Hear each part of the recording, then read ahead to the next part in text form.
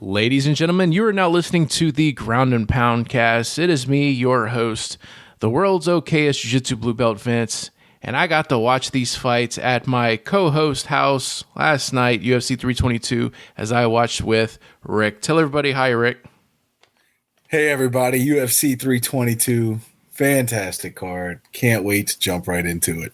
This might have been the best put together card I've ever seen in the UFC. When it comes to like the matchmaking, completely on point. Yep, and that was reflected with the odds. You didn't see anybody who was a big favorite. The biggest favorite on the entire card, I believe, as far as the main at least, is Islam. He was like a minus 300, but every contest was really well put together. I was excited the moment I found out about this full slate from the prelims all the way to the last fight of the night. I mean, what's not to like? Yeah, we sat through every single fight from the early prelims all the way up to the main card where we got to see Islam Makhachev challenging the defending welterweight champion, Jack Della Maddalena. If Roy was with us, he would find very interesting ways to butcher that name, but he is not with us here tonight. It's just me and Rick. And speaking of Rick, let's take us through this fight, this main event we had between Islam and Jack. So, obviously we got the big mega fight, right? We got Islam moving up to try and assert his status as the 11th person to ever win 2 belts. That's obviously the who's who list right there. We'll go through that in a moment. But he's trying to cement his legacy. You have Jack Maddalena, who is the current champ, who's got great stand-up. He displayed really good takedown defense against Bilal Muhammad. So going into this match, a lot of people were thinking, hey, myself included, Jack Maddalena, it's going to be a tough matchup for Islam. Well, we found out very quickly within about a minute and a half, Jack gets taken down, and it looks like with ease. And throughout this fight, Islam imposes his will. And we see it round after round. It is a little reminiscent of Chimaev and DDP, in my opinion. But Islam just asserts his dominance and really asserts his greatness with this performance. From round 1 to round 5, it was nothing but the best display of wrestling, I believe, maybe in the UFC. Marab has an argument. There's a couple other guys with some, Chimaev. There's a couple other guys with arguments, but Islam just made the guy miserable. You see Jack in the opening, he looks all ticked off, chip on his shoulder. I got something to prove.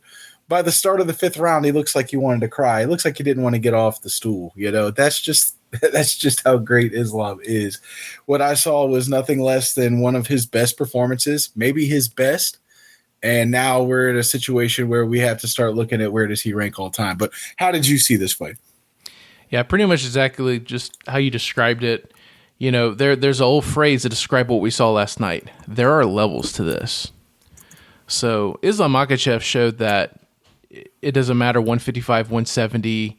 People talk about the pound for pound rankings and the fact that he ran at 155 for so long and then moves up and faces the top guy immediately in a weight class that's 15 pounds heavier than what he's used to and dominates the way he did. If that doesn't cement your place in the top pound for pound rankings, I don't know what does. This was an absolute wrestling clinic. So you said he was in the ballpark of a 3-1 betting favorite. Now yes. We see why, man. People just, I guess they knew what Islam could do at any weight. So best of all time, best pound for pound, GOAT list. You're looking at one of the best to ever do it in Islam Makhachev. Yep, absolutely. Absolutely. We talk about all these different things, pound for pound, and where does he rank, this, that, and the other. Well, he just tied Anderson Silva for most consecutive victories in UFC history. We all know and admire UFC. We all know and admire Anderson for his greatness, but when he was on his tear, when he was at his peak, he truly was untouchable. Islam has put together the same type of resume, and I always say Khabib is the GOAT. That's my GOAT, right? But I have to admit, Islam's resume is more impressive. There's no denying it, and now he's got that double champ status. And I don't hold that against Khabib, but it is a feather in the cap to Islam. And, he said after the fight that he was so comfortable at 170, and you realize he's probably not going to go back down to 155. He looked great. And if anything, he looked like he might even could be a middleweight. But, not to jump the gun on that, he needs to stay where he is. But he looked very, very comfortable at 170. He didn't look like out of shape at all. He didn't look pudgy. He looked like he was meant to be a 170er. He looks like that's his natural weight class. And it looks like it's a class that if he chooses to stay in, even with all these great competitors, you have 4 or 5 guys there with 1 loss or less. Sean Brady just picked up his 2nd loss, but he's still a formidable opponent. This is a division that is stacked, and yet I don't really see anybody giving Islam too many issues, and that is incredible to say. That is wild, but that's just how great Islam is. Yeah, I remember whenever he was still fighting at 155, and he had that little run where he faced Volkanovski twice, and then he fought a few other people that I think had brief featherweight runs. So a lot of people were throwing a lot of shade at Islam, saying, well, all he does is beat, featherweights. If they put a middleweight or, a lightweight against him, it's, someone who was just available at the time, kind of like Moicano. So what I'm getting at is a lot of people try to put a lot of doubt on Islam's title reign at 155, saying that a lot of his wins were overrated because he was only facing much smaller guys that didn't deserve to be in that weight class. Now I want to hear what those same people have to say, considering that he bounced up to 170 and just completely manhandled the champion. Nope. Like one side, it was 50-45. Every round he won, and there was no close rounds, not a single close round. Completely dominated somebody that everybody was saying, not everybody, but a lot of people were saying was just way bigger, going to be way stronger, going to be faster, and just that's not what we saw. We saw Islam just completely destroy Jack. Yeah, he ran through him. I have the list of double champs here. It really kind of puts some framework around his greatness. We can all say, oh, he's great, this, that, and the other. This is the list. Randy Couture. Yep. BJ Penn, Conor McGregor, George St. Pierre, Daniel Cormier, Amanda Nunes, Henry Cejudo, John Jones, Alex Pereira, Ilia Topuria. That's the list he just joined, the who's who. And so, really nothing else needs to be said in that regard. But what's interesting? This is something that this was one of my big takeaways from last night. We watch the main event and we watch Islam move up and we watch him dominate in the fashion that he did. And we were curious, what would that look like? When you move up 15 pounds, that's a big jump, and what does that translate to? Well, in the co-main event, we saw the best strawweight move up and fight, the best flyweight of all time, and Ms. Shevchenko. And it was quite apparent, as they say, there's weight classes for a reason. This is a fight that really displayed, as great as Zhang Weili is, that we're talking about a situation where the size difference, the reach difference, it was evident. And so, just to kind of jump into the co-main a little bit, Shevchenko to me looked very reserved. She looked very controlled, very, very well marked. She would wait for Zhang to come in, and she knew she didn't have to push the pace. She knew Zhang would have less reach, so she'd really have to get close. And every time she get close, Shevchenko was able to kind of display her dominance and really controlled the range, really controlled the distance. What were your thoughts on that fight, and what do you think about Shevchenko's reign? Where does she go now?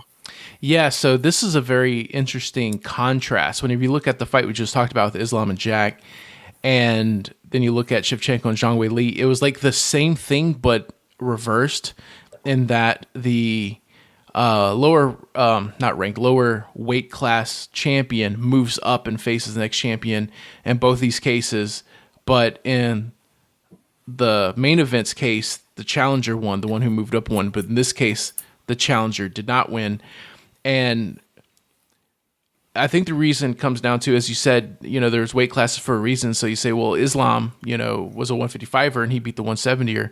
But the thing is, whenever he bulked up and he was squared up with Jack, he still looked the same size. It all comes down to like your frame, your muscle build, and stuff like that. So Zhang did bulk up, basically probably just didn't cut as much because how much they like to cut nowadays. But it still comes down to like the frame. So Zhang Weili and Valentina Shevchenko are close to the same height. I don't have their numbers pulled up in front of me, but they're similar height, similar reach. So you figure if they both weigh in the same with the same height and reach, that they're roughly the same size. But one thing people don't think about a lot is the frame. And when you saw them get in their clinches and stuff like that, Shevchenko looked way bigger because she just has a larger frame. She has a lot of muscle on her, a lot of meat on her. She has wider bone structure, and she was just able to overpower Zhang Wei Li. So that's the difference between this fight and the main event fight. I think that's why it played out so differently. And also another reason why is because Shevchenko was the better wrestler, Islam Makhachev is the better wrestler. And as we know, wrestling is, in most cases, the best base for MMA.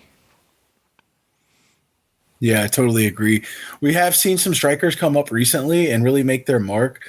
But throughout the history of this game, which goes back to 1993, wrestling really has been the superior base. If you are a stand-up guy and can't wrestle, you will not survive in the UFC. So you have to have some degree of it.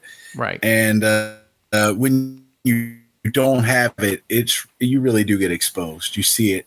And we're seeing a bunch of champions now, whether it be the Chimaevs or the Khabibs or the Marabs. The wrestling is so dominant. And if you don't have an equal caliber wrestling, much less any at all, you have no chance. And the guys that put in the time are really the ones that showcase their skills.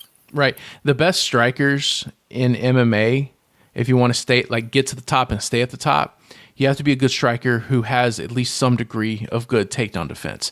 You look at Anderson Silva, like prime Anderson Silva, he didn't let people ragdoll him too much. It wasn't until he fought, Chael Sonnen that someone was able to finally able to out wrestle him, but he still pulled off a clutch win at the end. But regardless, leading up to that fight, he had faced people with grappling bases who just weren't able to take him down because yes, he's a striker first, but he learned just enough grappling, or as we like to call it, anti-grappling in some cases, where you learn how to just stop it and keep it standing. Alex Pereira, I think, is a really good example of this. I don't think we've seen anyone take him down, at least not lately. If you have really good anti-grappling to where you could force the fight to stay on the feet and then implement your striking. If you're going to be primarily a striker, that's what you need to do. You look at Sean O'Malley.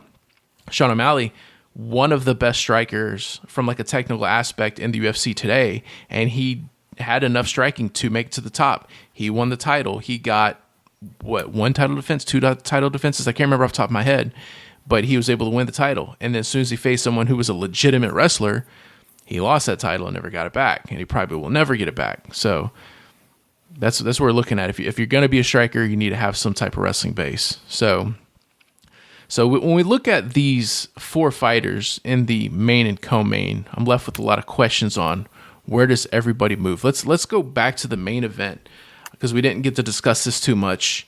Sure. So Islam Makhachev had just about cleaned out 155. The only other people that were noteworthy names that he hadn't fought yet were Paddy, who was still kind of on his way up, and Ilya, who jumped up from 145. And hey, that fight might happen, but that's another rabbit hole to go down. Other than that, he's basically beat everybody. Some people he's beat more than once. So he was starting to run out of people. Now that he's moved up to 170 and won that title, there's a whole lot more feasible opponents for him. Who do you think are some of the people that could be next in line for Islam? Well, of course, next weekend we have Bilal Muhammad, and he'll be fighting Machado Gary. And so, we're talking about who's going to be available to move up. The winner of that contest certainly looks like somebody who's put themselves in a prime position. Bilal's number 1 in the rankings right now. Gary's number 6, and Leon just lost.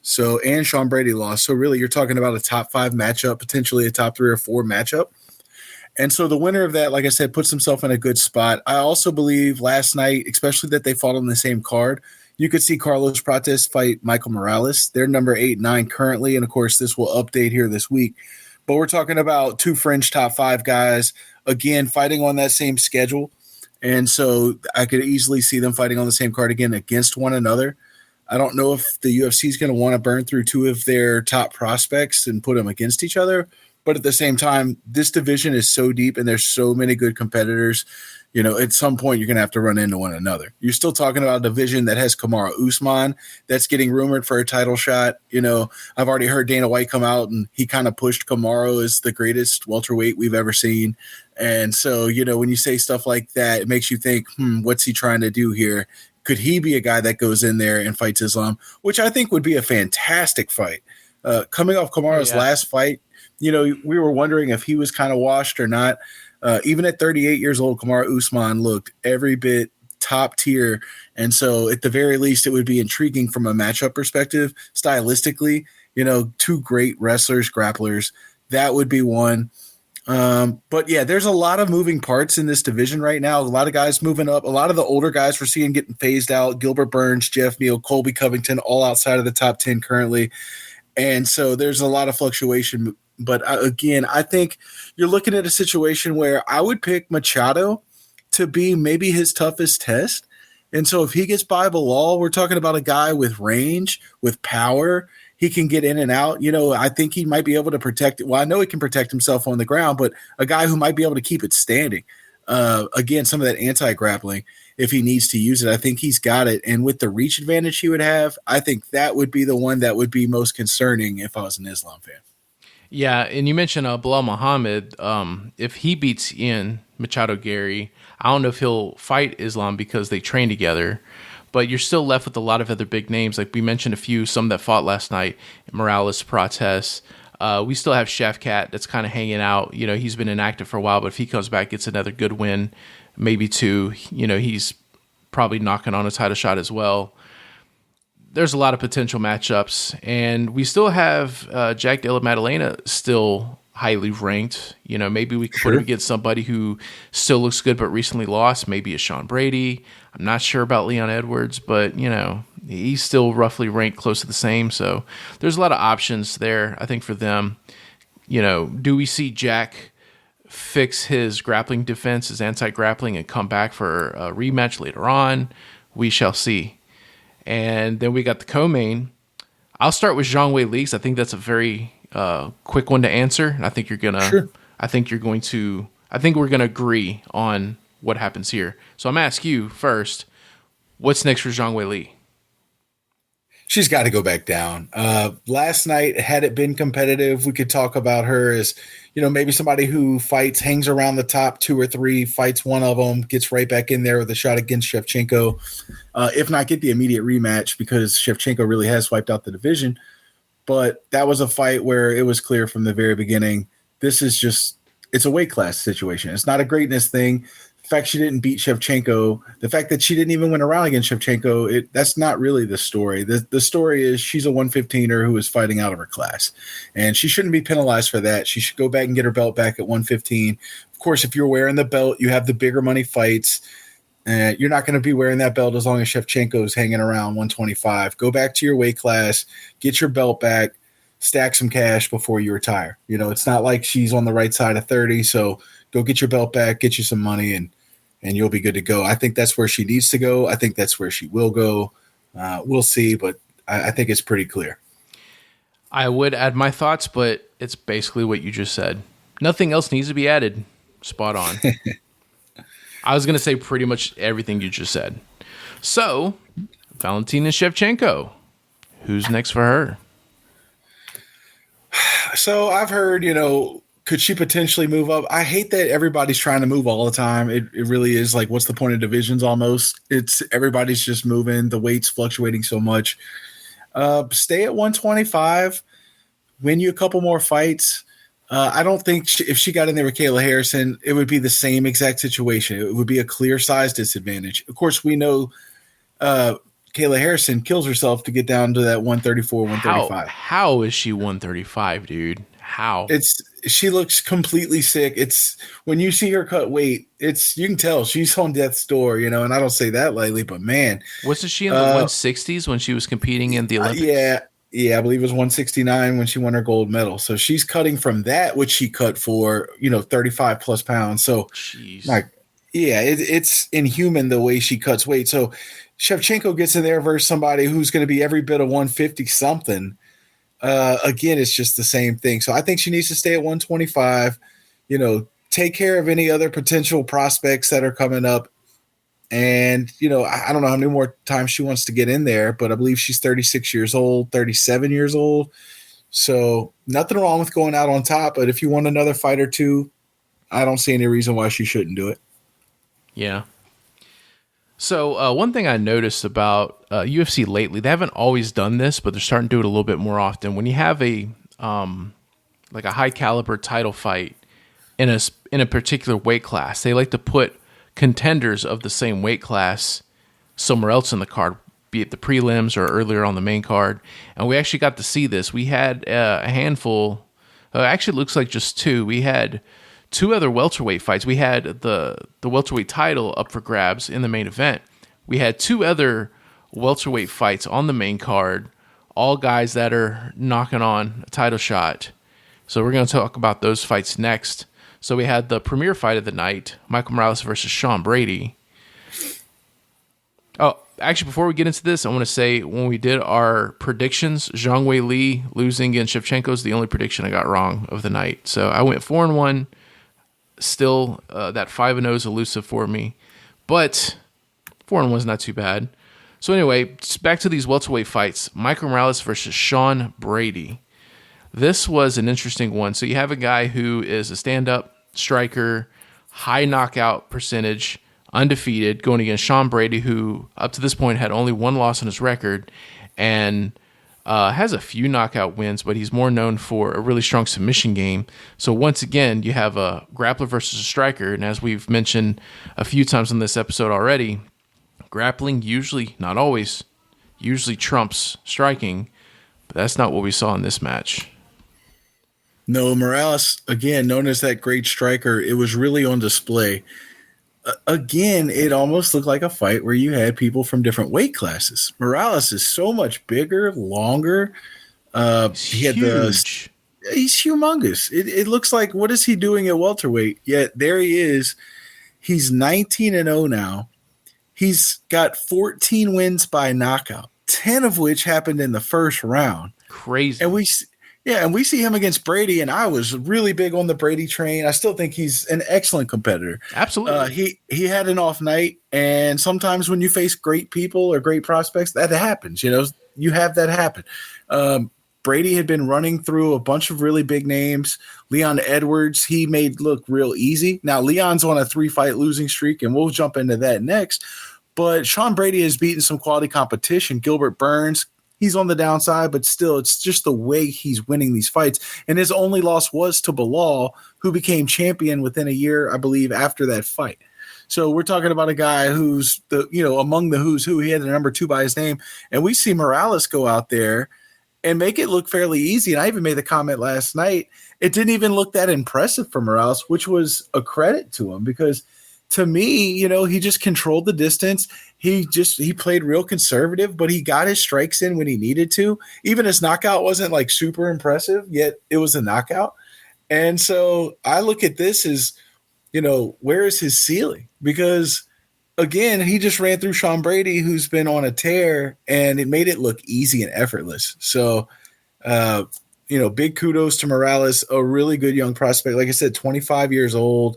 And if he can keep fights standing with that reach advantage and the way he moves, he is going to be tough to deal with. A lot like a Machado Gary. It looks almost like they're too big for that class, yet they can get their weight all the way to that number, and, it works out for him. It was a clear advantage, his size. Yeah, he was a lot lankier, had incredible reach.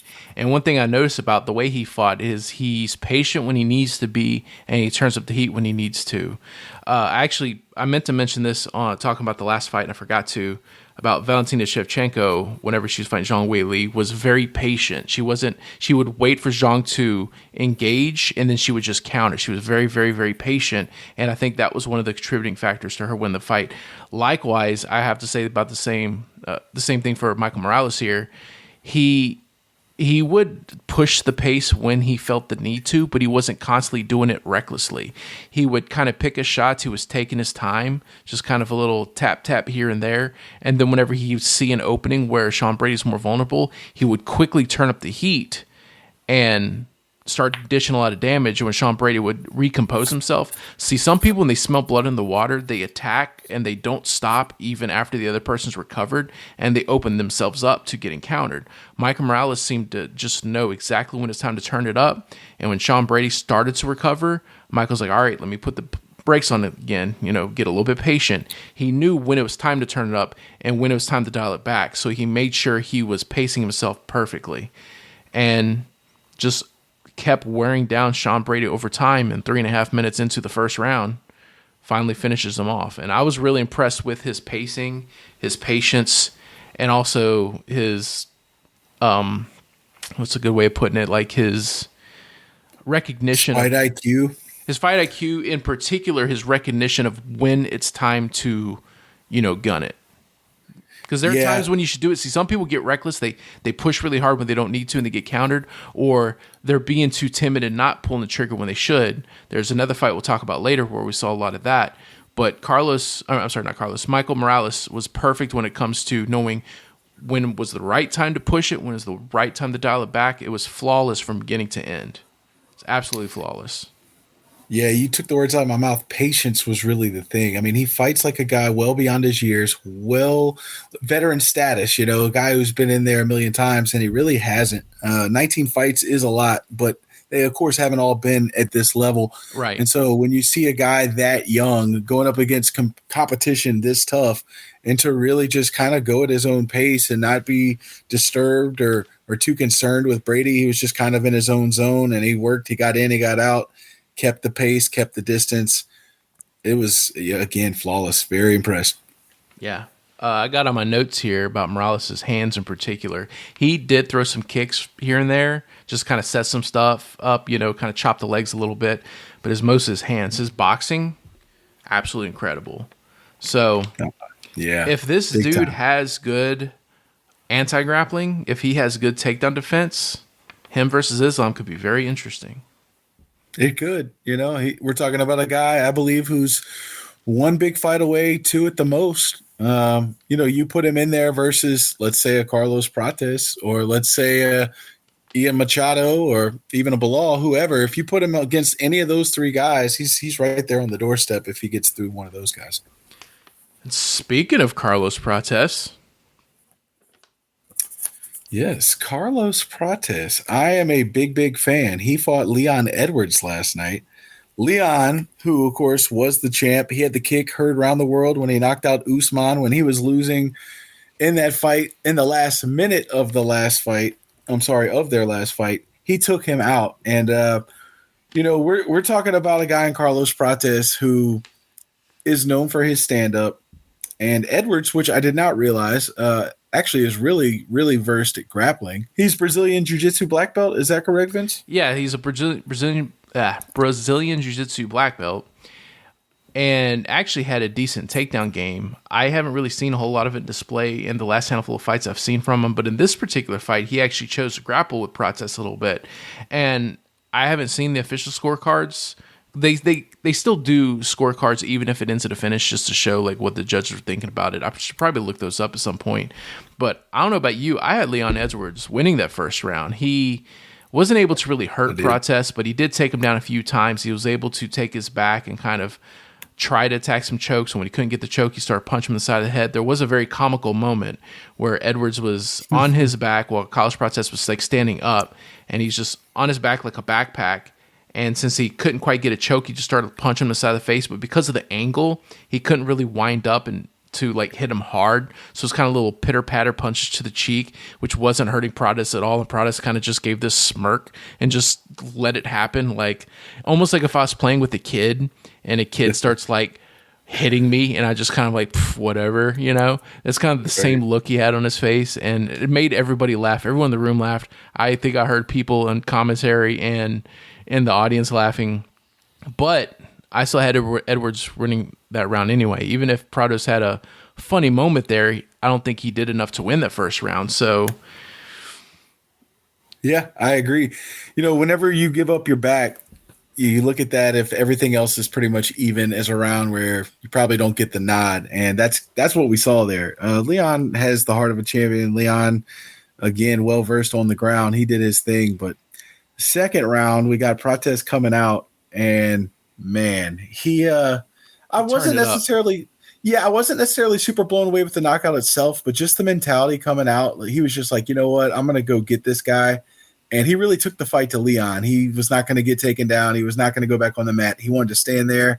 And something I kind of noticed was the way he was fighting was almost like a mild version of Venom Page. He kind of turned his body sideways just a little bit, almost that karate point fighting. And Yeah. he got in and he got out. It wasn't nearly as exaggerated as Venom Page, but it was interesting. And he came out different. He switched his stance and presented a new challenge to Leon. And Leon couldn't figure out the puzzle. And what we saw was a masterful display on the feet.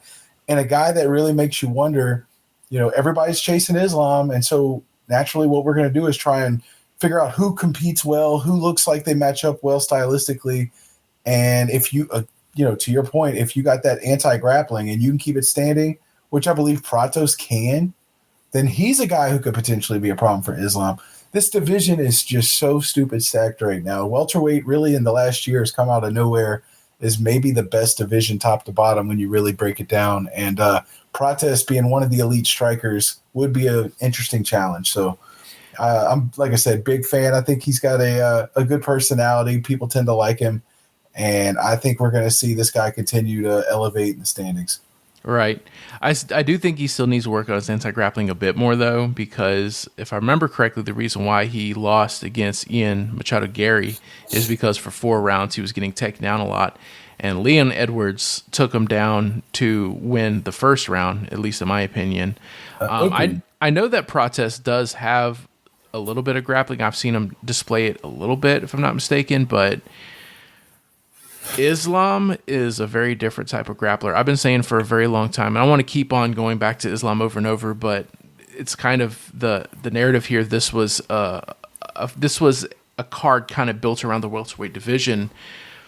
I think Islam Makhachev is the most well-rounded grappler, specifically grappling. That's like takedowns, control submissions. Probably the best well-rounded grappler in MMA, period. So Carlos Prates, if he's getting taken down by Leon Edwards, even though he's able to survive and not really take any kind of damage, I think he's got some work to do before he tries to face Islam, in my opinion. Yeah, for sure. And the reality of it is everybody does, because nobody's got that level of wrestling. So, you could take the most Sean Brady, you could take the most elite guys in that division with their wrestling, and you'd still say, probably not going to be Dagestani level, Right. And then we had one more fight on the main card. If we're ready to jump into that one, it didn't last very long. We're going to talk about this fight way, way, way longer than the fight actually took place. Right. Benoit Saint-Denis going against Beneil Dariush. This was technically a lightweight fight. It's officially listed as a catchweight because Dariush missed weight by a couple pounds. But this is still lightweight division.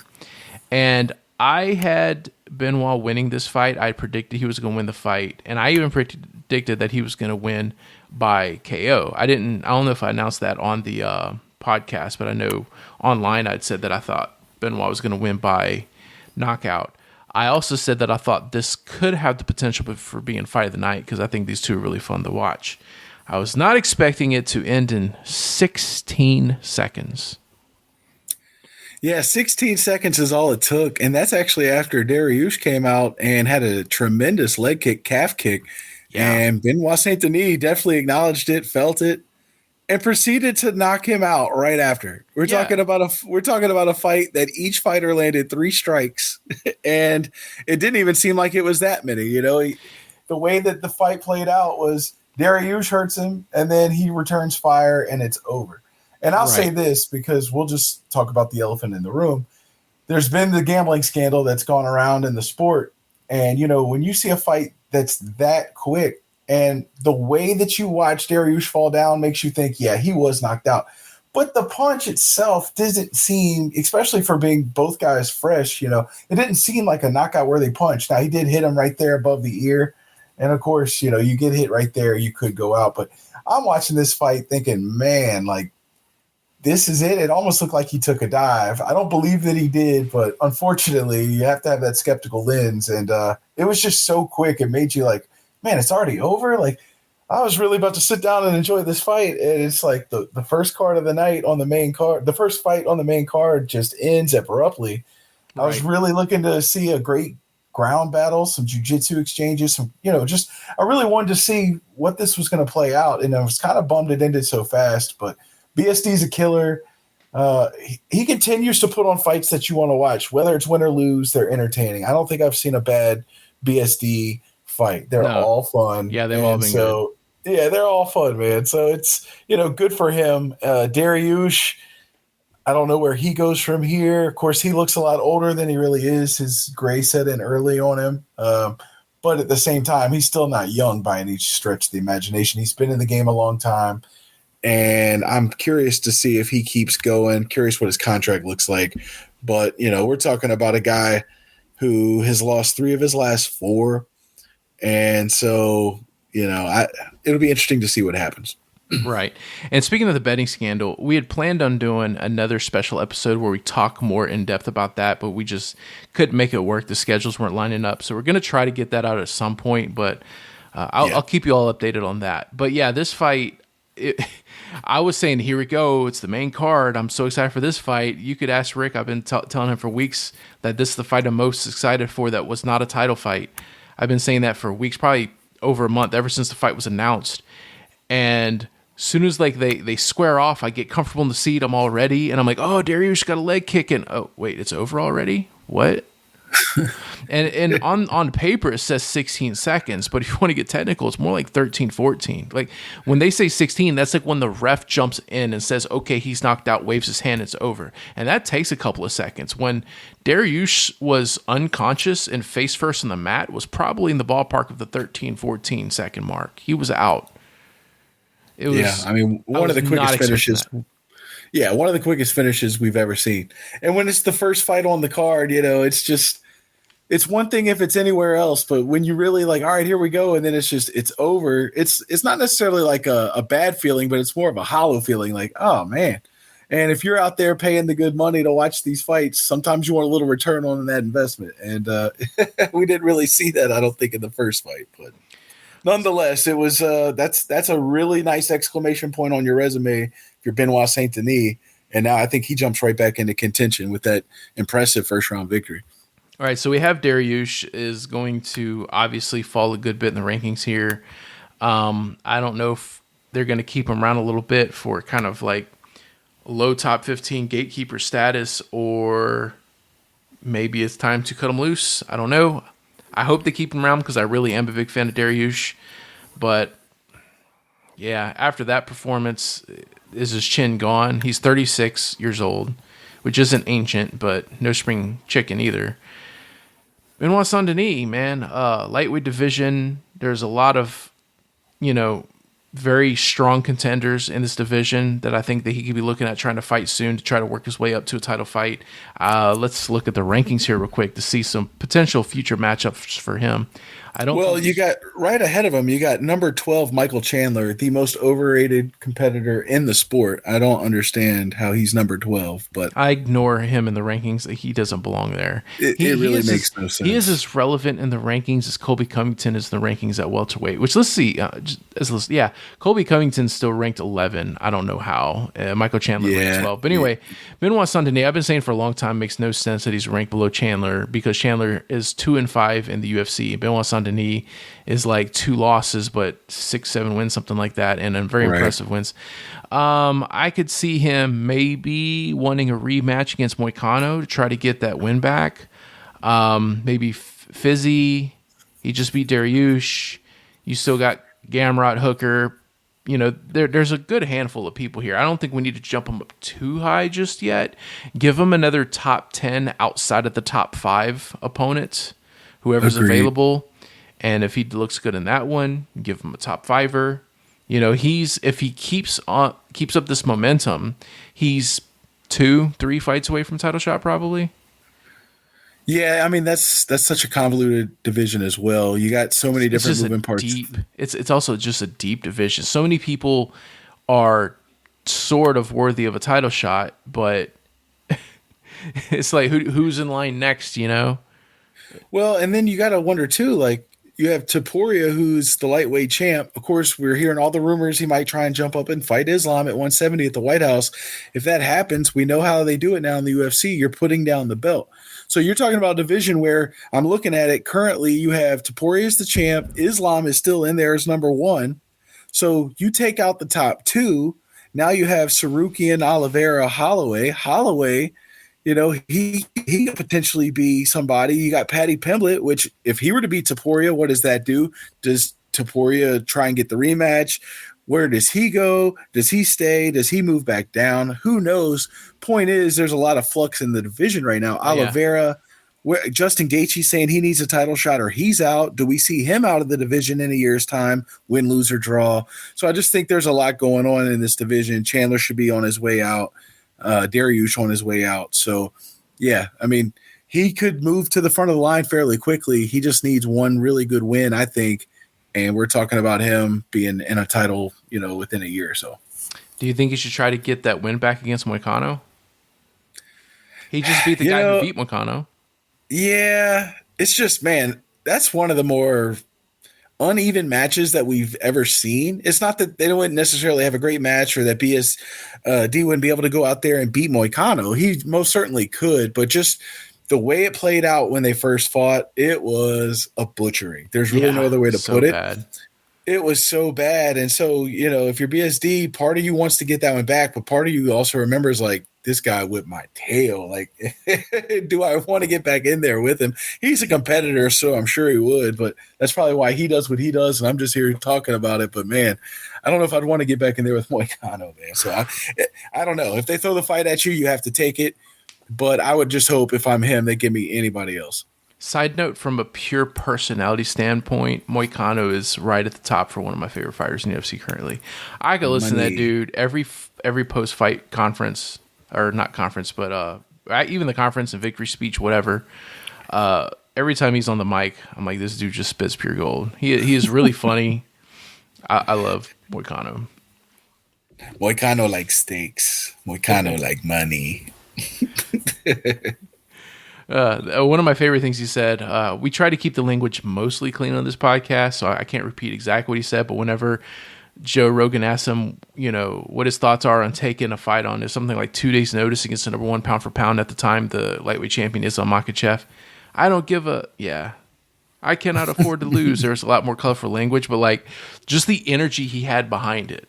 Like, this is do or die. It's like, you can't help but respect that. Yeah. I mean, that's always what separates guys that I like from guys I don't, is whenever they're just willing to get in there. Alex Pierro on his run. There's a few different guys that come to mind. Of course, we all know about Kevin Holland and Merab. If you're willing to get in there consistently, I'm gonna like you and root for you. I mean, I want to be entertained. If you're an entertainer and you're out there doing it consistently, what more can you ask for? Yep. So that was the main card. We also had some pretty fun fights on the prelims. I don't know if we need to go through all of these, but I have notes on just about every fight here. Any fight that actually had something worth talking about. Ready to jump into these prelims? Absolutely. Let's do it, man. Working away from top to bottom, we had two middleweight fights. We also had another middleweight fight on the early prelims. We'll get to that. Actually, we had two middleweight fights on the early prelims, but we'll get to those. So we got Bo Nickel in the main, what do you call it, like the headline fight for the prelims, the last one? Yeah, the feature prelim, yep. Yeah, the feature prelim. Bo Nickel versus Adolfo Vieira. So Bo Nickel, as we all know, when it comes to just a pure like collegiate wrestling standpoint, is one of the best wrestlers that we've seen in the UFC in a while. Just, again, from a pure wrestling standpoint. Doesn't mean that, like, there's wrestling and there's MMA wrestling. Likewise, there's boxing and then there's MMA boxing. It's not quite the same thing. From like a pure collegiate wrestling aspect, Bo Nickel is one of the best to ever do it that we've seen in MMA. But his MMA wrestling is good, but could be a bit better because he doesn't know how to mix up with the striking.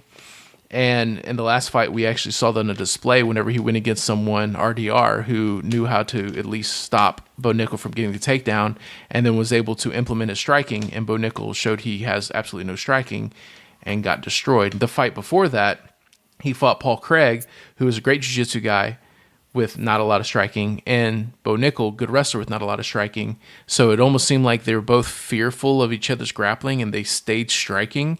And it was a very terrible striking match between the two. It's like a I wouldn't even call it an amateur kickboxing match. I've watched amateur kickboxing and they did better than these two. It's like two untrained people kickboxing is what it looked like. So when I look at all this, you think to yourself, Bo Nickel is just not a very good striker. That is not the Bo Nickel that we saw last night. You could tell he knew he had this gaping hole in his game and he needed to fill it quick if he is going to be a legitimate fighter in the UFC. And it almost looked like a completely different fighter fighting last night against Rodolfo Vieira, who was one of the best jiu-jitsu competitors that we've ever had in the UFC. If you look at his record, I talked about this on last episode, look at Rodolfo's jiu-jitsu competition record, and it's just incredible the amount of gold medals he has at like the highest level. But being an MMA fighter, you have to have more than just that. You have to have some striking. Rodolfo's striking isn't great. It's enough to get him by. But Bo Nickel's striking last night, he no longer looked like a wrestler that has no idea how to strike. He looked like a kickboxer who also has wrestling. Yeah, he did. Bo Nickel coming off that last competition, I really had kind of written him off. And I think most people have. I did. He was getting booed at Madison Square Garden. People thought he was overrated. I heard chants at his last fight, overrated after it was over with. And a lot of people, the way things work in this country is we build people up and then we tear them down. And It's like the moment where you find a chink in the armor, it's like, oh, that's why they're terrible. I don't know why that is, but that is how it is in this country. That said, Bo Nickel goes in last night, and man, you want to talk about a guy who has been working on his game? It was evident. Oh, guy who landed 77 significant strikes, 63% accuracy. So that's elite accuracy. Picked him apart, man. I mean, he landed 3 times the amount of strikes. He looked very comfortable on his feet. I was like, who is this guy? Is this Bo Nickel that's just the wrestler who doesn't want to get hit? When RDR was hitting him, and I mean, again, I'm here talking about it. I'm not claiming to be one of these guys. He looked like he didn't want to get hit, though. You know, he looked like a wrestler who had never taken a punch. It was evident. It was like, oh, man, like, is he even going to compete in the sport again? That's what I thought. Yeah. I thought maybe he just hangs it up. Maybe he just goes and does wrestling competitions and dominates and has a long career and what have you. But here's a guy who went out there and said, no, he bit down on the towel and he got through it. He's gritted it out. He's worked on his game. And he ends this match with a head kick that it reminded me of the Leon Usman head kick. I mean, it was just like, it was so clean. They showed the replay. You see Vieira sweat, like the impact was so great. It put a cloud around. It was such a great visual the way they captured that. And it really encapsulated like the significance of that impact, just boom. And he just goes out. And there was no question about it. It was one of the cleanest head kicks you'll ever see. Bo Nickel now puts himself in a situation where it's like, okay, maybe he does kind of like regain the reputation. He regains that momentum. We saw Paddy Pimblett when he fought Jared Flash Gordon, and it was like, oh man, this guy's getting all the hype. He's going out there, getting all the attention, and he has a bad performance. He still gets the win, but people were down on him, and it took him a while to rebuild. I mean, we're talking about a guy in Paddy who's been competing for a long time, still hasn't had a title shot yet. Although it does look like that's about to change. But the point is, this is a guy who's been fighting for a while, had a big name, had all this hype. He has a down performance, and it really kind of affects the trajectory. But now he's turned it back around with a big win, big performance, big finish. And now Bo Nickel, you can see on main cards going forward, they're going to try and regain this momentum and see where he can go. That wrestling is going to always be his biggest threat.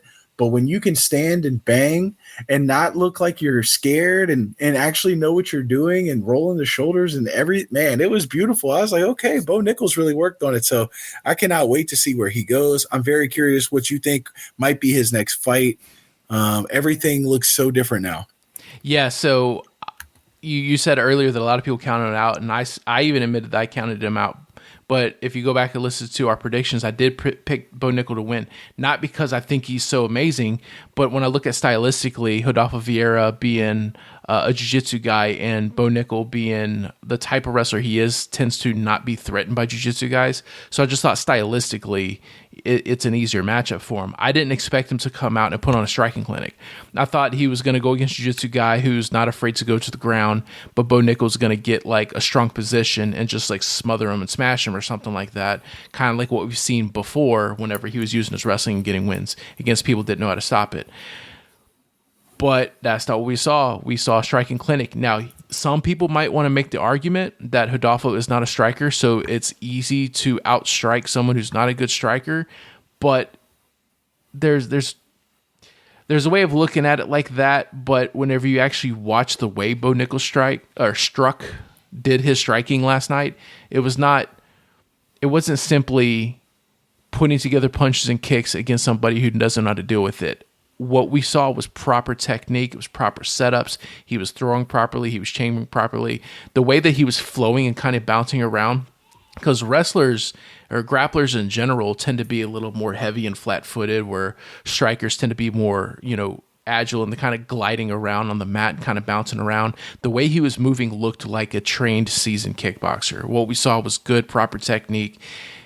It was good striking. It wasn't simply outstriking someone who can't strike. It was good striking. Now, that being said, and this is jumping the gun way too fast, but I'm going to do it anyway. You have a guy like Bo Nickel, if he can really get his striking, because I'm sure it still needs some work. I'm sure that it's not perfect, because you're not just going to turn around from having no striking to incredible striking off of just, one fight camp period. But if you could get really, really good striking, if he shows that he has a drive to be able to learn and pick up good striking technique and already has his elite wrestling, how high can he go in the middleweight division? We got the elephant in the room. Arguably the other number one pound for pound guy, at the very least top 3 in all of MMA right now, the champion at middleweight, Khamzat Chimaev, who is one of the greatest wrestlers we've also ever seen. If Bo Nickel is this elite college level wrestler, does he have the wrestling to actually go toe to toe with Chimaev? And does he have the striking to where if he could keep it standing, if it turns into a standing battle because their wrestling neutralizes each other, is this someone good enough to beat Chimaev? Now, I know it's kind of crazy talk because the last couple of fights we've seen by him, the previous 2 fights, if you told me this guy won the fight Chimaev, I'd say you're crazy. Chimaev would murder him. But what we saw last night says, you know what? Maybe. Let's give it some time. We need to give it some time. Let's put him against a few other people and see how he does. See how he continues to maybe chain his striking, his grappling. See how well he can put it together. See how well-rounded he can be. And we'll see. There's still some work to be done. But before, where I thought that it wasn't even a question. Like, don't even put him in the same sentence as Chimaev. Now I'm saying, maybe. I could see this as a possibility. We just need to see where he goes from here. Yeah, America is thirsty for a champ. And so, you look at Bo Nickel, and with all the hype that was surrounding him, you're thinking, could this guy maybe be it? Now, I don't really see him being in a situation anytime super soon. I've heard as early as the White House card. Yeah, I mean, he's not even ranked. At all? And so, at all. Okay. So, the shine has been taken off a little bit. But again, maybe he's in the rankings when these come out Monday or Tuesday. It's possible he is. And I'm looking at him right now. He's had a lot of favorable matchups for his style, but I think for him to be able to take the next step, he does need to go in there against a striker. And, who's going to be willing to take the risk of fighting Bo Nickel, because obviously he presents a great ground threat. But I see someone like, if I'm Dana White and I'm really trying to help my guy move up and cherry pick matchups, Michael Page, who's number 10 in the rankings, who might be the best striker there is, in the division, just as far as the way he moves and gets in and out. You need to give him a big challenge, though. And here's one thing about it. Bo Nickel gets someone like Page on the ground, and he's going to drown him. And so, but he needs to go in there against a striker and impose his will. And I think if he does that, I just throw out Michael Page. There's really a ton of them here. I'm looking at it. I mean, Joe Pyfer's number 15. I don't know if they would put him against the guy at the end of the rankings that throws nukes like Joe Pyfer does. But this is a deep division. Paul Acosta's sitting right there.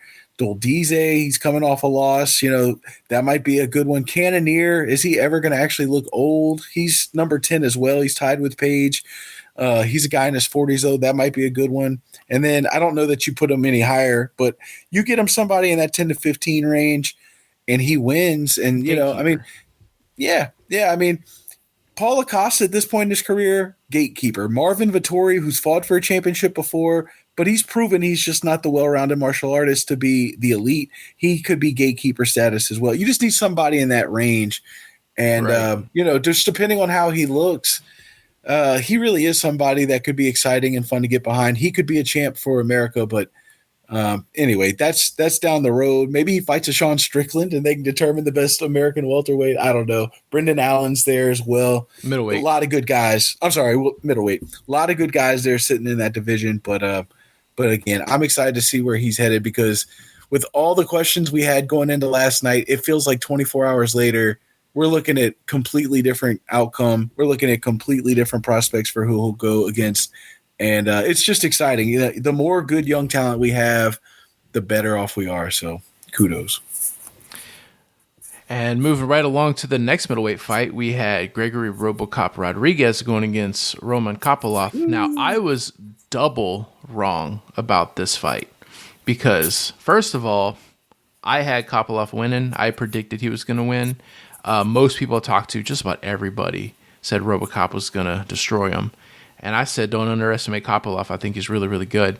And then I said, but Robocop is still a very dangerous guy. He very well could win. But I guarantee you this, it will not go to the judge's decision because these two guys, both of them, are just incredible knockout artists. Kopylov has a higher knockout percentage, a higher knockout rate.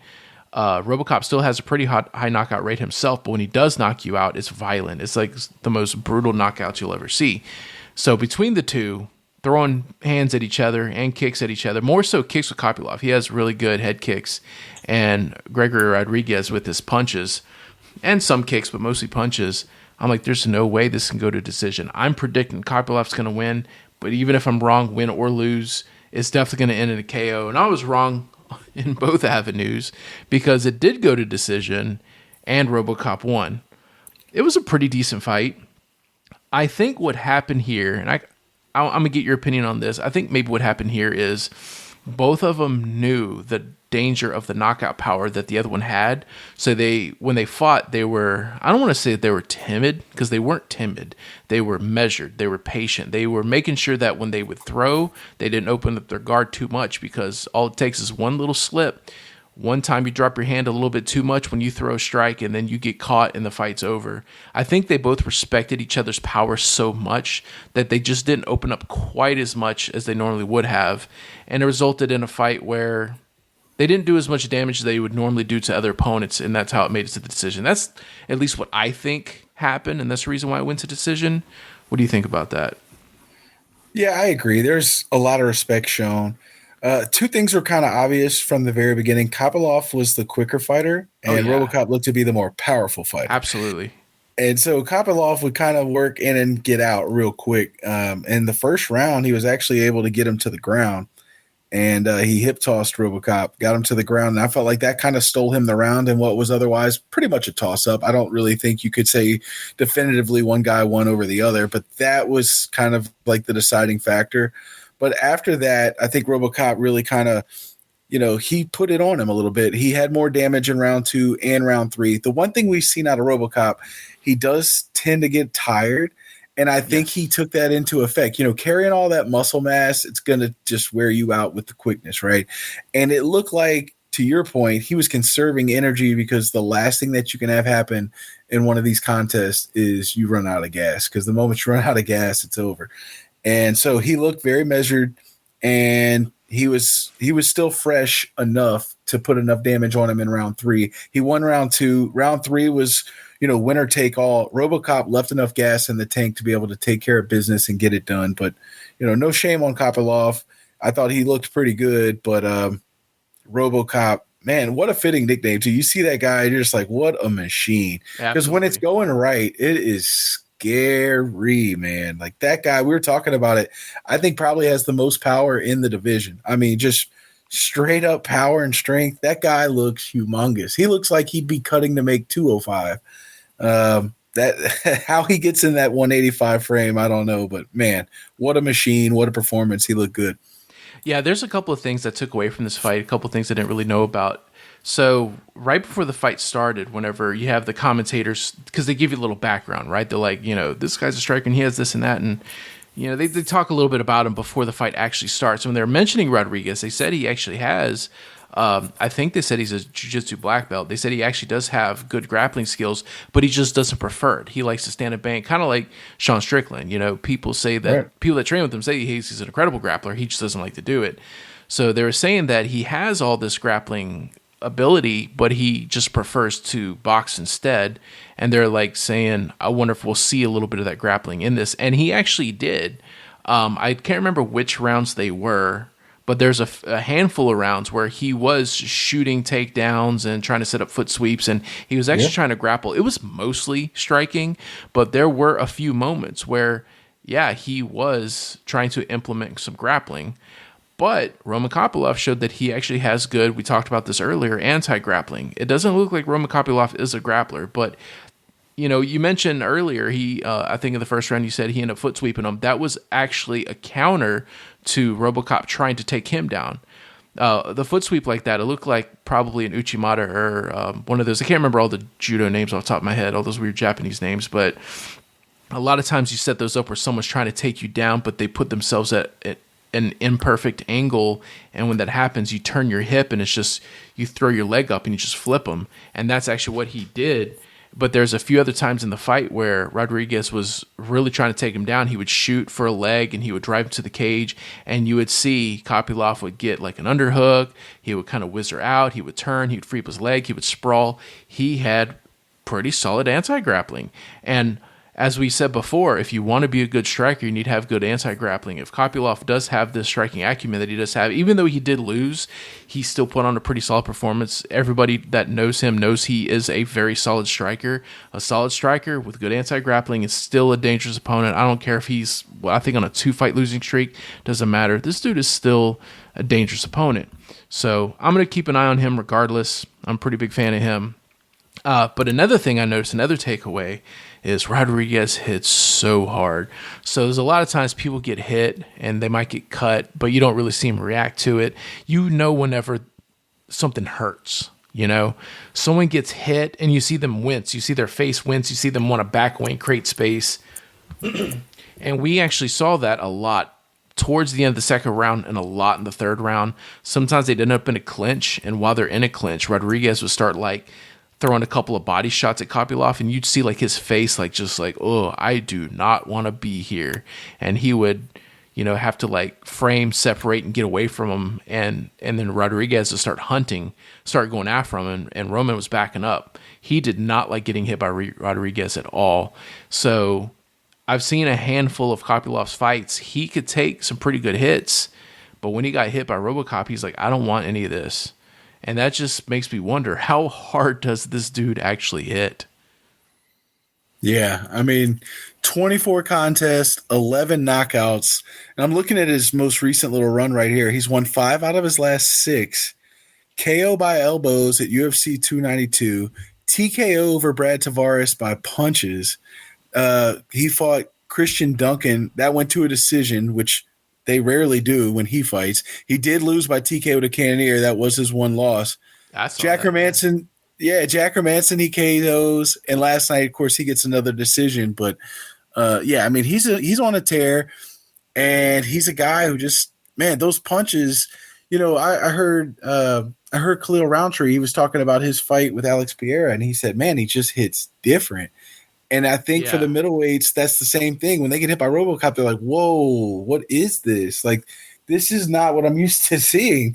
It's just, I don't know if it's God-given, if it's hard work, but that physique and frame, man, it's just, it yields results that others haven't felt. And it's one of those things where when you see him get in there and you see a guy wince and stuff, and you're like, yeah, he's not used to this. And if you're not used to it, you can fall victim real quick. You know, some guys, they don't necessarily get knocked out, but a TKO is their saving grace. And you can tell when he hits certain people, it's just like they don't want any more of that. They're just going to go down. Like, just stop the fight. This guy is just on a different level with his power. And Kopylov, he did well to stay, you know, afloat for the whole 15 minutes. But again, he just he didn't have what it took to get through that machine. Right. So moving along down this prelim card, we had Aaron Blanchfield versus Tracy Cortez. I don't know if there's a whole lot to say about this. Went to the second round. Aaron Blanchfield gets a submission by rear naked choke. in the second round, towards the end of it. I didn't take any notes on this one. I can't remember who I had winning the first round. This is their second fight. I mentioned this on the predictions episode last week. They fought before and Cortez won by split decision. This time Blanchfield was able to win by a rear naked choke. Now I want to add something because I see a lot of people talking about this fight online saying that Tracy Cortez is apparently terrible because she got choked out even though Blanchfield didn't have the hooks in. There was a rear naked choke but at an awkward angle where you're not fully on the back with your hooks in, the traditional seatbelt position that we talk about in jiu-jitsu with the choke. I'm sitting here, move my hands around and get in position as if you people could actually see me. But I think this just shows how many people don't really understand jiu-jitsu because you absolutely can, not just against someone who doesn't know what they're doing, you can sink in a choke if you have the grips in, even without the hooks. We actually, just a few weeks ago, did drills on this where it was controlling people with... there's like different layers of control. We're drilling different layers of control. So it's like where you just have your chin on their shoulder and they're sitting and they're trying to get up and move around. You have to stay with them on their back using nothing but your chin. You can't grab them with your hands. You can't get any kind of hooks. And then you do that again, but then you're able to grab them and then go for chokes. And then you go all the way to where you have the hooks in. And the point was showing that even with the smaller amount of control, if you know what you're doing, you can still have good control. And we actually drilled sinking in rear naked chokes without having hooks in, because there's going to be times where you're in a scramble or someone's maybe in a seated position or you kind of get a little sideways or something. It doesn't always play out perfectly, but if you get your hands around their neck the right way, you can still completely lock it down and there's nothing they could do about it, hooks or no hooks. So to anyone listening thinking that Tracy Cortez is just a scrub for getting choked out with no hooks in, no, that just speaks to Aaron Blanchfield knowing how to get proper control. That's all that was. Beyond that, I don't have a lot to say about this fight. Do you have anything on this one? No, you said it well, sir. So they're flyweights. Aaron Blanchfield's on a pretty good run. Do you think she's ready to go loose to Shevchenko now? Yeah, I mean, whoever you need to put up there, I think she's earned her shot. But yeah, you said it well. Shevchenko, she'll run through whoever. I don't see any real competition at this point. I'd still watch that fight, but yeah. Now, this card didn't have any fight of the night bonus. We had several performance of the night bonuses, but there was no fight of the night bonus. We actually think there should have been a fight of the night bonus, and that was the first of the, not the early prelims, but the main prelims. You have Ethan Ewing going against Malcolm Wellmaker. Wellmaker is undefeated, and if I remember correctly, Wellmaker's actually paired up against somebody else, but they had to pull out last minute. And Ethan Ewing came up on what was like a couple days' notice or something like that. 48 hours, yep. And there was no official fight of the night. There should have been, because this was the fight of the night. And it's not simply for us to say this was the most exciting fight, so it should have went to that one because that's what we had. I think this fight was good enough that even on another card, it was deserving fight of the night. It was actually a really exciting fight, in my opinion. I absolutely love this fight, and I love that we got to see an upset because Wellmaker, undefeated, so much hype behind this guy. Everyone just counted Ethan Ewing out. I didn't know who this guy was, to be honest with you. Apparently he's very new, and I remember the crowd booing him, and I don't think it's because they really knew who it was. It's just they love Wellmaker so much. There's a lot of hype behind this guy. And Ewing spoiled the party. It was officially one judge had all three rounds for Ewing, and then two judges gave it 2-1. I agree that it was 2-1, not 3-0. But it was a really fun back and forth fight. I'm excited to see where Ewing goes from here. I hadn't really seen him fight before, so this is my first time seeing him fight. But this dude shows to have a lot of potential. A good featherweight. Featherweight's another division where we had some recent changes with title contenders at the top. So it's another division that it's still a good division, but it does need a little bit of building up on the bottom side. It's kind of top heavy. And so this is a good name. This is a good fighter to help build things on the lower side. So we have like the next generation of contenders that come up if he's going to fight like this. Yeah, and my big takeaway from Mr. Ewing last night was he just had grit, you know. Oh, yeah. When you think about somebody who goes into a fight You have to have a certain amount of toughness. When you think about a guy who goes into a fight on 48 hours notice against an undefeated phenom, that is a different level of grit, in my opinion. And he stepped up. And early on in the exchanges, you could tell why Malcolm Wellmaker was such a great prospect and still is. You could see it. I mean, his striking was on point, his size, everything about it. I'm going to say it one last time. This looked like yet another contest where you had people from two weight classes. I mean, Wellmaker was significantly larger on the screen than Ewing. And so Ewing was having a tough time kind of getting in there at first. But what he did was his footwork was so phenomenal and his timing, it actually ended up working out for him in the end. That was a big takeaway. The toughness, the footwork, the ability to kind of withstand some of the Wellmaker shots, shots that he probably has been knocking other people out with. Ewing kind of just went through it. What I came away from this whole thing was Ethan Ewing's going to be a guy who's probably going to be around a while, because unless you just completely take him out, he's got that dog in him to where he's going to keep coming forward. And eventually his skills are going to prove that he's worthy competitor in the UFC. I mean, he's right there. So, the one thing I wrote down here, I wrote a few things down, but the one thing that I saw, Wellmaker, I said needs more cardio. Yes. And, he looked a little tired there towards the end of the first. Yeah, he looked tired towards the end of the first. And if you're looking tired towards the end of the first round of a fight, you're in big trouble. I mean, he's usually getting guys out of there pretty quick. I realize that. But, the more you fight these guys that are going to be a higher level skill, higher caliber. And, man, I'm impressed with Ewing. I want to see where he goes. I want to see where Wellmaker goes. I think these two guys could carry the division down the road. And so maybe they meet again someday. But Outstanding performance, great back and forths. Highly recommend you go back and watch this fight. So I'm looking at Ewing's record here on Tapology, and it kind of reminds me a little bit of Jack Della Maddalena. He lost his first two professional fights, and hasn't lost since. Man. So he's 8-2 now. He was 0-2 at the start of his career. He went into this fight 7-2. Now he's 8-2. This is his first actual UFC fight. Let's see. Is this Contender Series? I can't tell. No, it wasn't. This is his UFC debut that he had last night. Yeah. So I don't know where they got him from.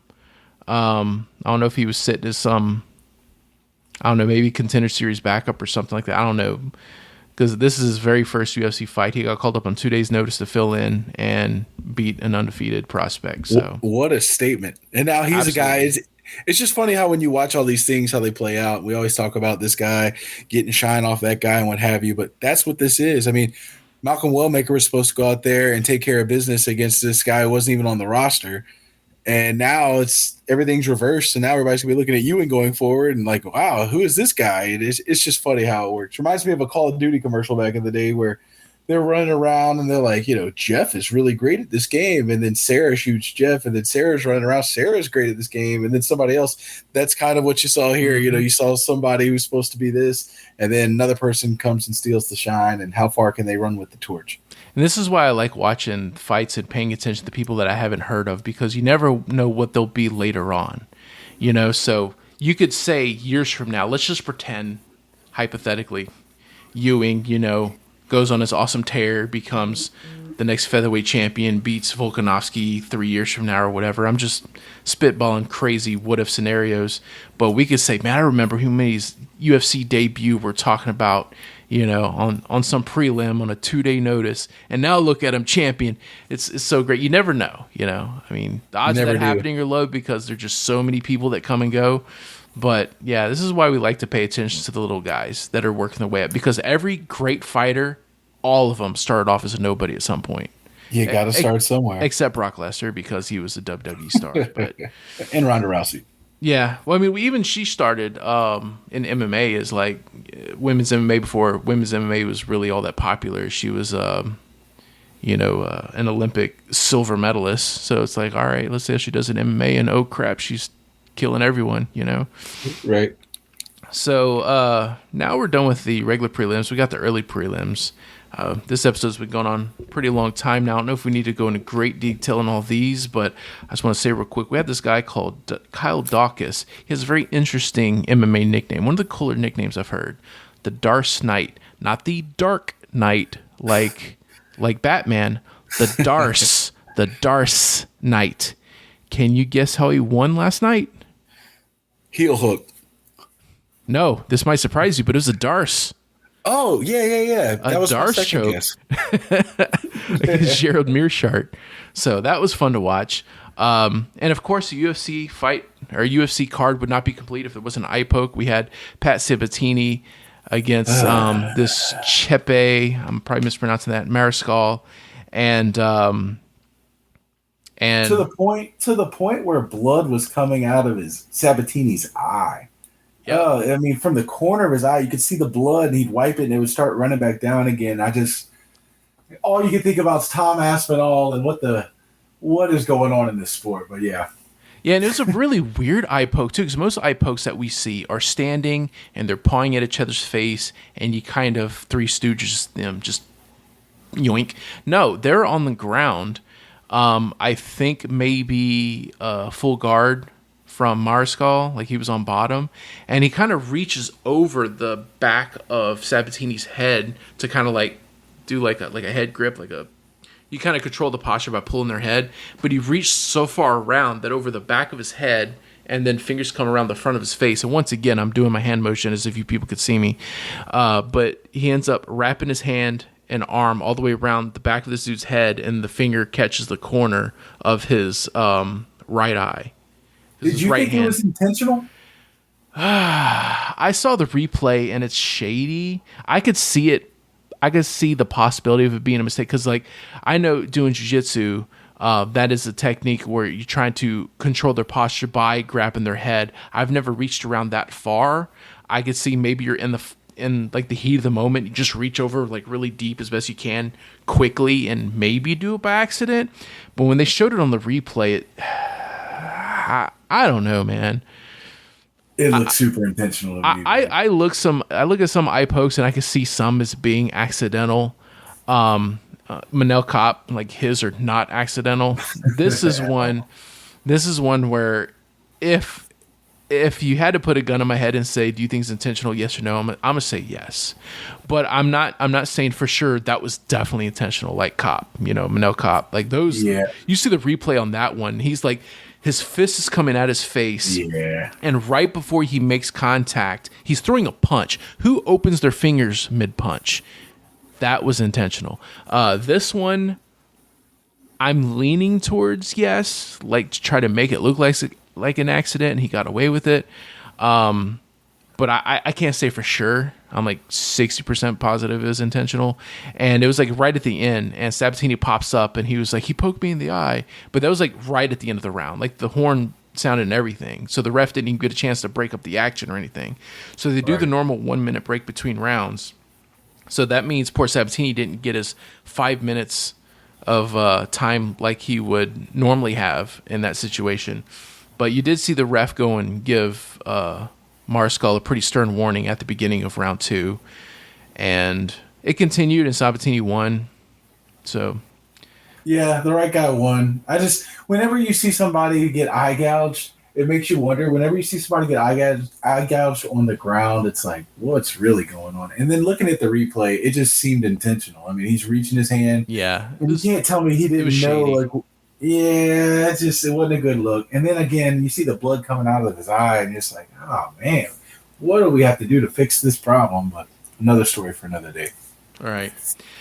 I don't know if we have a whole lot to say about the rest of these fights. There's a women's strawweight fight where you have a woman who, I can't remember her exact record, but she had like one loss and a good handful of wins, going against someone who was 18-15 going into it. Angela Hill. Oh my God. Well, now 18-16. So 18, I mean, yeah, it's 18-15 going into the fight. It's 18-16 now. Right. Maybe it's time to hang it up. I don't know, but maybe she fights one more time, and if she loses, she can still go out preserving a winning record. But yeah, no. Let her fight 2 more times, lose them both, so someone could leave right at 50-50. That'd be fun. That's something you don't see every day on a UFC roster. Right. I don't have any notes on these other two. I don't really remember the other fights. That's basically all I have when it comes to UFC 322. Yeah, agreed. It was a fun night. I'm glad you got to come up and watch it, man. Had a great time, and we got to do it again. I'm thinking maybe sometime in January, whenever they have the first Paramount card announced, I'll come by and we can watch it or what have you. So I look forward to that. That'll be fun. So, any other final thoughts on 322 when it comes to the big winners, the big losers, the future, or anything like this? The big thing here is Islam went from a guy that we all knew was great to a guy now where we're starting to talk Mount Rushmore, you know? And Yes. I mean, that's just what that win did. It really puts him at a different status, a different level. You know, who knows who he gets next? Of course, the Ilya fight's hanging out there for the White House. We'll see. Ilya still got to get past Patty probably in January. A lot to come, but I think the biggest takeaway is you got two GOATs, Valentina of her division and Islam, again, a win or two away maybe from being the GOAT. So those are my takeaways. I have one big takeaway, something that's been bugging me for many, many, many years. I understand striking is more exciting than grappling. That's the reason why most martial art movies are not about wrestlers. There are actually a few grappling martial arts movies out there, but 99% of them are kung fu, karate, boxing, Muay Thai, you name it. I understand striking is more exciting than grappling, but it doesn't mean that grappling is not great. So whenever you see someone who shows amazing, dominant grappling, doesn't mean it cannot be enjoyable to watch. Islam Makhachev is not a guy that just lays and prays. He was actually hunting for submissions. He was working his ground and pound. He was changing, advancing positions, stuff like that. So I see a lot of people online saying that it was boring to watch. And to anyone that's saying that, I just want to say you are an absolute casual and you need to go watch kickboxing. And your opinion on MMA is a bigger joke than slap fighting. I like how you tie that in there. Very well done, sir. Well, that's all I got. So we're going to try whenever we have a chance to follow up about this betting scandal stuff. And then we'll follow up next week as we talk about a fight night with an incredible main event. How is this on a fight night? No, how is the main and the co-main on a fight night? Arman Sarukian versus Dan Hooker, Bilal Muhammad versus Ian Gary on a free fight night. We'll be talking about that next week. They're fighting in Qatar, and I'm guessing that oil money is paying off some of Dana's gambling debts. So that's how they have those big fights over there, because that makes zero sense to be in the middle of the day on a fight night. My it makes goodness. 0 sense. That's like feature fights on... Those are main events any fight night of the year. Right. Either of them. Yeah, those are feature fights on a pay-per-view, and we get to see them. Of course. Free, so it's great. So we'll see you next week when we talk about that. We're going to try to see you maybe in a few days if we are able to find the time to talk more about this betting scandal. So be sure to tune in. I'll keep you all updated whenever we get to record our next episode of the Ground and Pound Cast. So thank you for tuning in, and we'll see you next time. Later.